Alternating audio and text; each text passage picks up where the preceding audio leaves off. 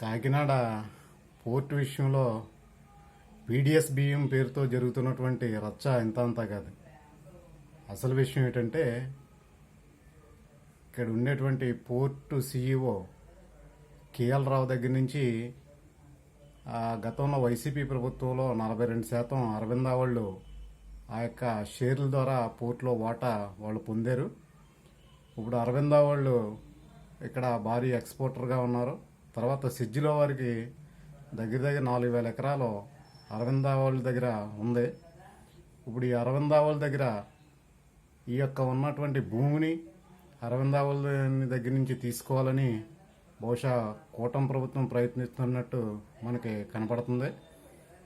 గతంలో కేఎల్ రావుకి పూర్తిగా కట్టబెట్టిన ప్రభుత్వాలు ఆ యొక్క గవర్నమెంట్కి ఎటువంటి 80% కేఎల్ రావు దగ్గర ఉంటే 20% మాత్రమే ప్రభుత్వం దగ్గర ఉంది. ప్రభుత్వం యొక్క ధనాన్ని, ప్రజల యొక్క పన్నుల ద్వారా వచ్చే ధనాన్ని, ప్రభుత్వ ఆస్తుల్ని ఏ రకంగా కేఎల్ రావుకి కట్టబెట్టారు ఆ రోజు. అదేవిధంగా ఇప్పుడు అరవింద వాళ్ళకి జగన్మోహన్ రెడ్డి వచ్చి అరవింద వాళ్ళకి కట్టబెట్టాడు.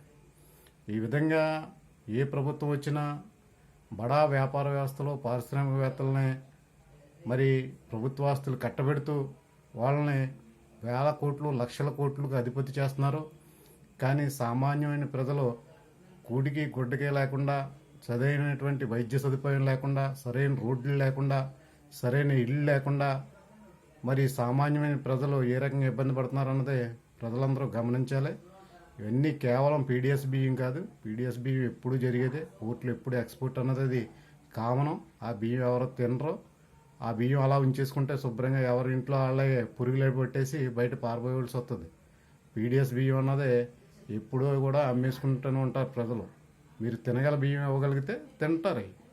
కానీ తినలేని బియ్యం ఇచ్చి ఆ బియ్యాన్ని తినండి అంటే ప్రజలు ఎక్కడ తింటారు? తినలేరు. చాలా తక్కువ మంది, 20% మాత్రమే దాన్ని వాడతారు. 80% ప్రజలు దాన్ని అమ్మేసుకుంటారు. మళ్ళీ అమ్మేసుకున్నప్పుడు మీరు ఏం చేస్తున్నారు? బియ్యం ఇవ్వండి, సన్న బియ్యం ఇవ్వండి. అంతే తప్ప పీడిఎస్ బియ్యం పేరుతో జరుగుతున్నటువంటి మరి లోపాకారం అన్నటువంటి ఈ యొక్క అరవింద వాళ్ళకి, కేఎల్ రావుకి మరి గత ప్రభుత్వంలో జరిగినటువంటి ఒప్పందాలు, ఈ ఒప్పందాల మధ్య జరుగుతున్నటువంటి దాన్ని కప్పిపుచ్చడం కొరకు పీడిఎస్ బియ్యాన్ని మీరు ముందు పెట్టి ఆడుతున్న డ్రామా ప్రజలందరూ కూడా గమనించాలని కోరుతున్నాం.